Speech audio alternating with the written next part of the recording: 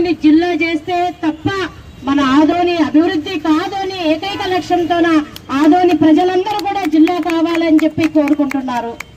కానీ నాకు తెలిసినంత వరకు ఉద్యమాలు అనేది మనం నాయకులము కార్యకర్తలము ఎంత చేసినా అది లోటే అనిపిస్తుందేమో, తప్పుగా అనుకోవద్దండి.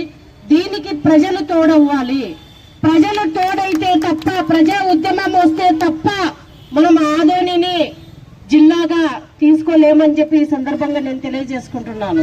2014-18 మధ్యలోన మేము చాలా సార్లు అధికారుల దగ్గరకు పోయినప్పుడు అక్కడ ఉన్నటువంటి ఒక అధికారి ఒకటే చెప్పాడు, అమ్మ రాయలసీమ ఎందుకు వెనుకబడి ఉందనేది నేను ఒక ఎగ్జాంపుల్ చెప్తాను. రాయలసీమలో ప్రజలు వాళ్ళు ఏమి కావాలన్నా జస్ట్ నాయకుల దగ్గరికి పోతారు, ఒకసారి చెప్తారు, 2 సార్లు చెప్తారు, 3ఓసారి వదిలిపెడతారు. కానీ అదే కోస్తాంధ్ర మిగతా ఏరియాలో అయితే నాయకులను తరిమి కొడతారు ప్రజలు, అప్పుడే వాళ్ళ అభివృద్ధిని సాధిస్తారు.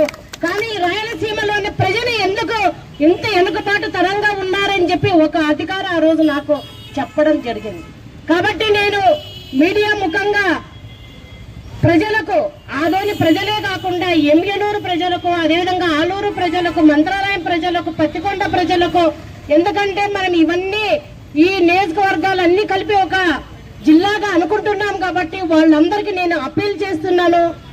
హృదయపూర్వకంగా నేను వాళ్ళకి అడుగుతున్నాను ఏంటంటే, దయచేసి మనం అందరం కలిసి కూడా జిల్లా అభివృద్ధి కావాలి, జిల్లా కావాలి, జిల్లా అయితేనే మన అంత పశ్చిమ ప్రాంతం అభివృద్ధి జరుగుతుందని ఏకైక లక్ష్యంతోన ప్రజలు అన్ని సామాజిక వర్గాల వాళ్ళు కదిలి రావాలి అని చెప్పి ఈ సందర్భంగా నేను తెలియజేసుకుంటున్నాను.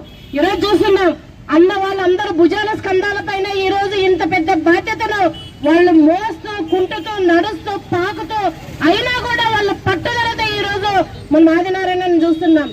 దాదాపుగా 70-80 సంవత్సరాలు ఉంటుంది. అన్న ఎంత మొక్కువాని దీక్షతో ఈ రోజు పెద్దరివాణం మండలం కావాలి, అదేవిధంగా జిల్లా కావాలి అని చెప్పి లక్ష్యంతో ఆయన ముందుకు పనిచేస్తున్నారు.